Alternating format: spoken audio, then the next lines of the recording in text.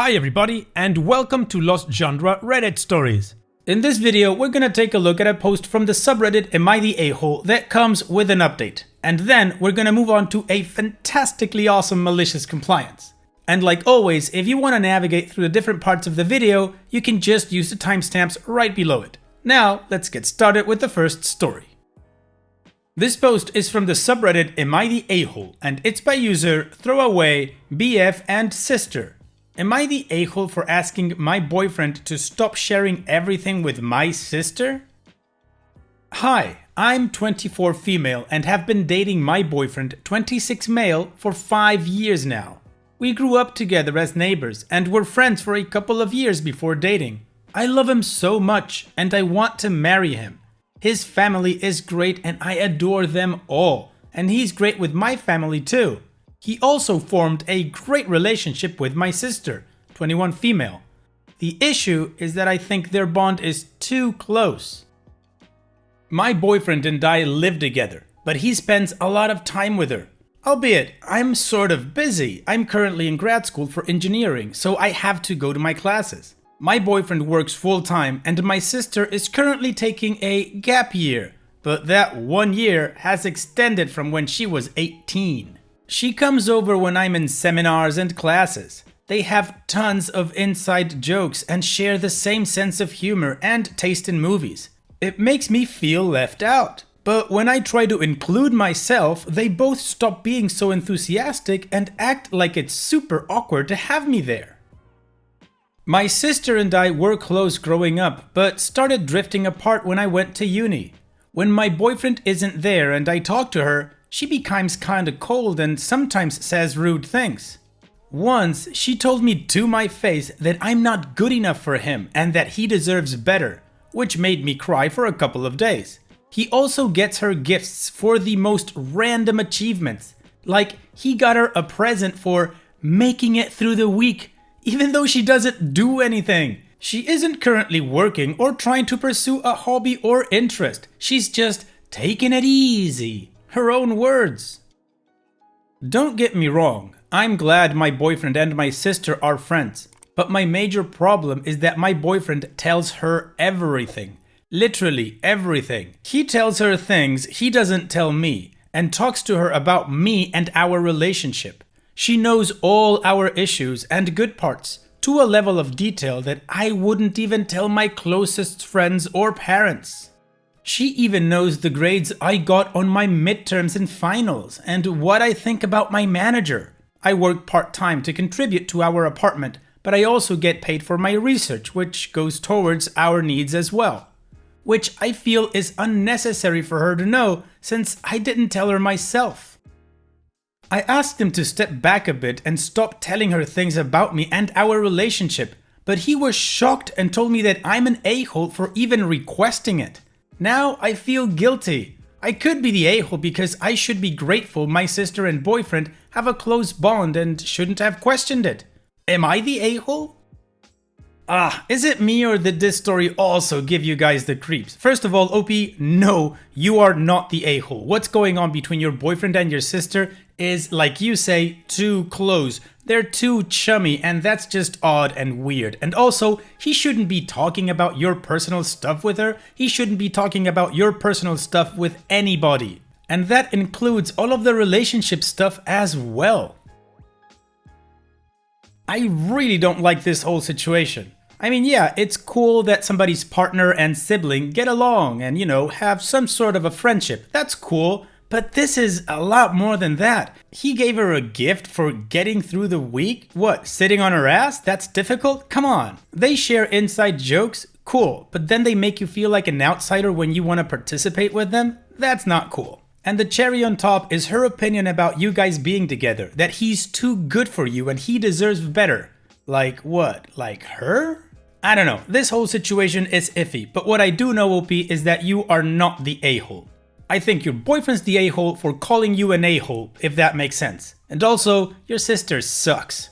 And what about you guys? What do you think about this situation? Let me know your opinion in the comments section, and now let's move on to the comments to see what they had to say. Loin Wonderland says, not the a-hole, and I am afraid you need to prepare yourself for the very real possibility he is cheating on you with your little sister. He is at the very least emotionally cheating. That much is 100% certain. Whether or not it's physical, you will need to confront them on. Snarfblatt in concert says, have you addressed any of this with your boyfriend? It sounds like he assists in making you two feel like a third wheel when you, he, and sister hang out. He can change that behavior to prioritize you if he wants. You can also say you don't feel comfortable with him sharing private things you disclose to him with your sister. If he doesn't respect giving her less information about you, there is definitely no future for you. Not the a-hole. Shadowy Jumper says, not the a-hole. I agree with other comments that their friendship is suspicious. When I'm in love with someone, I prioritize first myself, then family, the ones I care for anyways, and then them, and then friends. If he cares about you, he should know that this exclusion would hurt you and would try to include you in conversations. I say set up a spy cam and wait a week. If they are cheating, dump him immediately and tell your family so they can't spin a story against you. Please keep us updated. OP's edit. Holy crap, this blew up. Thank you for all your responses and advice. You've literally made me reconsider everything that I thought I knew. The consensus is that there is something shady going on with my boyfriend and my sister, which just makes me want to vomit. I'm now reading into every interaction and conversation, and I feel so naive for not noticing the red flags. I'm going to take your suggestions and set up some nanny cams in my apartment.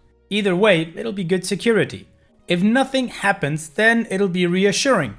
And if something does happen, well, I'll deal with that in its time. I'm going to drive to the store right now to pick up the cameras. I'll try to update soon, hopefully with positive news. Well, the community agrees that OP is not the a-hole, and they are trying to give her a heads up about a crappy situation that's possibly going on. I do agree with the community, and I do think there's something really shady going on between those two. So how about we continue with the update to see what happened after this? Hi guys. Okay, so I know a lot of you are wanting an update. Unfortunately, the mods denied it, but I think I'm allowed to post it here in the comments. Also, yes, I lost access to my account, which is why I have a new one, but I'll explain that afterwards. Here's what happened. Unfortunately, it's a bad update, but fortunately, I didn't have to wait very long to get it. So, as you know, I went to get some nanny cams. I set up the cams in hidden spots in our bedroom and living room area in our apartment. Today happens to be my birthday. Yay for 25! And D, my close friend, 25 female, wanted to take me for a day trip yesterday. My boyfriend agreed and said that we'd do something the next day, on my birthday. I told him I'd be out from about 8 AM and I'd be home by 8 or 9 PM, after D and I finished dinner. D took me out, but she noticed I was feeling a bit off. I was still thinking about the overwhelming number of responses telling me that something shady was going on. I ended up spilling everything while we were eating lunch. D was outraged on my behalf and agreed that something was off. She asked if I wanted to cut our day short and drop back home to see if anything was happening, and convinced me by saying that it's better to find out today than tomorrow. Yes, I realize we could have just checked the nanny cams, but for some reason we forgot about them at the moment. I'm kind of glad I didn't check because I would have started ugly crying in public. I'm guessing most of you know what happened. It's so predictable I'm kicking myself afterward for not realizing. We drove back home around 4 PM. I caught them literally in the act. Why were they doing it at 4 PM? I don't even know. I just kind of stood there with my arms folded, and I hope with a badass resting bitch face on, although maybe it was more a trying not to cry face. My boyfriend gave me the whole "it was an accident" spiel. I just ignored him and started packing my things. Thank God our lease was up for renewal within the month. He begged me and eventually yelled at me for packing up. The funny thing is, I bought most of the furniture and supplies, so me being slightly petty, packed as much as I could. Dee helped me and we loaded everything up in her car.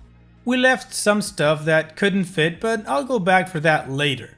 The whole time, my sister was sitting stoically wrapped in a robe on my couch. My poor couch. We went back to Dee's house and I had a breakdown. Dee, the angel that she is, provided me with ice cream and fuzzy blankets. My boyfriend spammed me with calls and texts ranging from "I'm sorry, please forgive me, I love you, it was only one time," to "This wasn't my fault, you should have been home more." Predictable.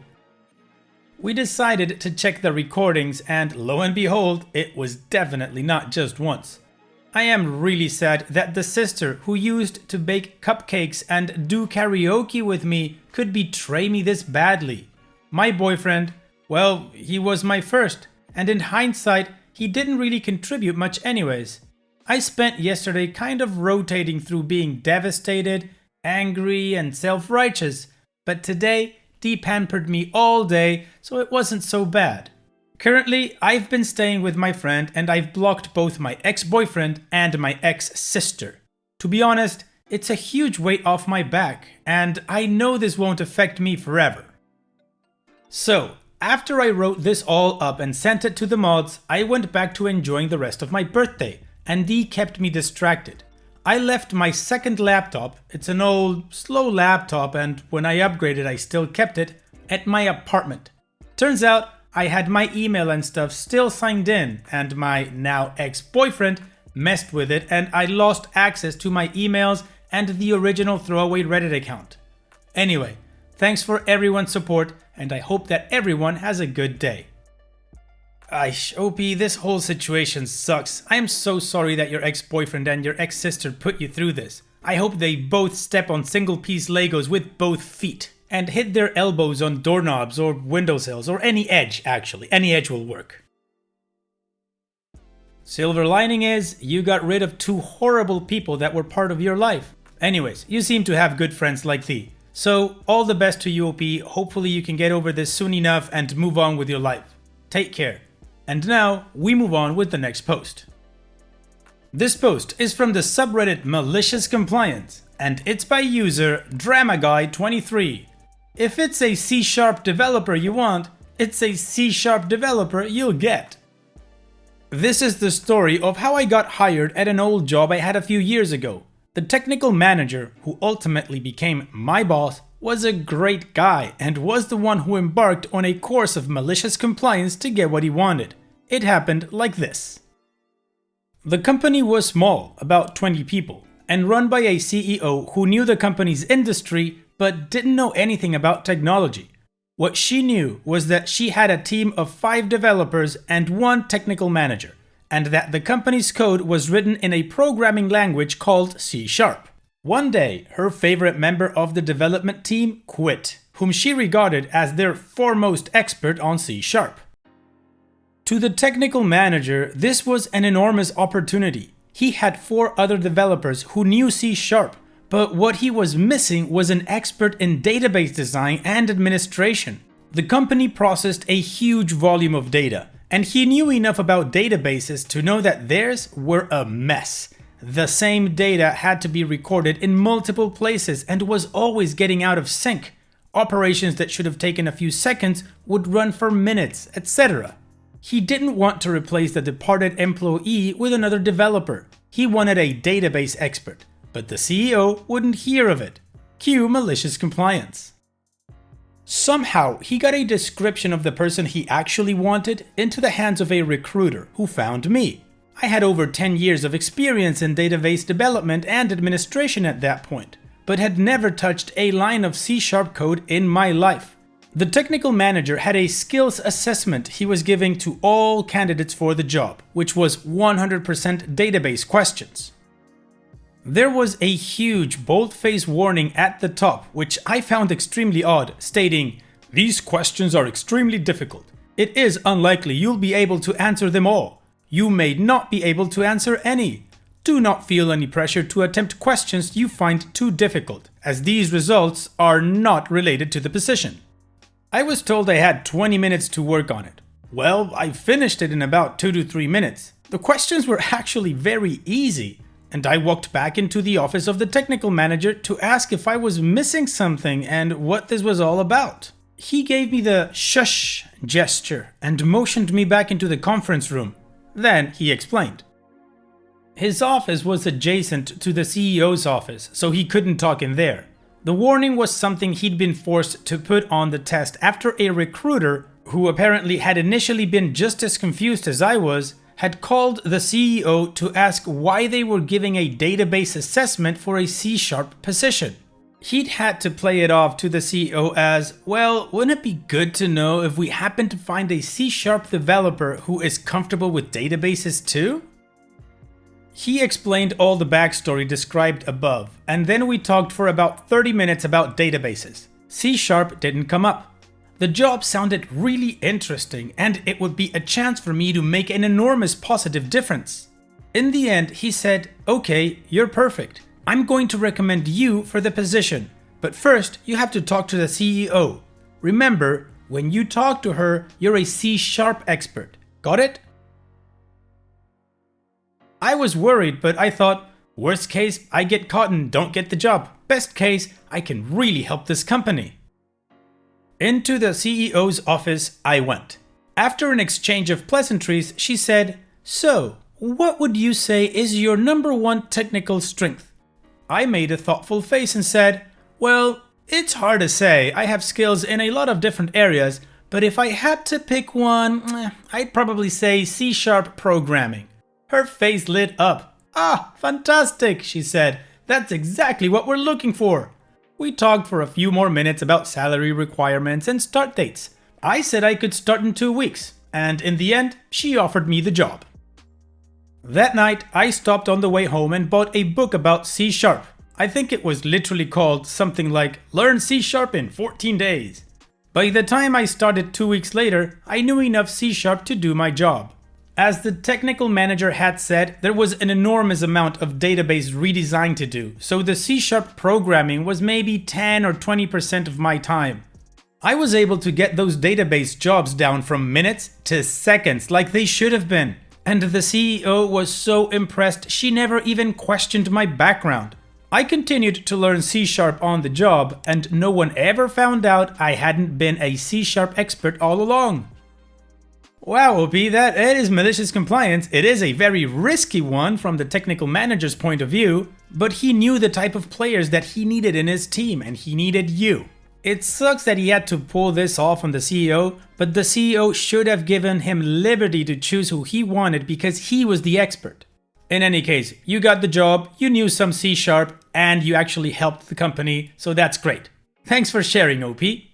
And it's that time that we've reached the end of the video. I hope you enjoyed today's stories. I certainly did reading them to you. So if you did, then go ahead and give the video a like, and don't forget to subscribe to the channel and become a member of our Discord community that just keeps growing, and it is fantastic. And like I said in the beginning of the video, all of the relevant links are in the video description below, so be sure to check them out.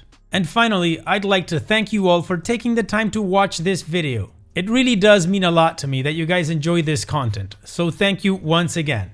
And having said all that, I will see you guys in the next video.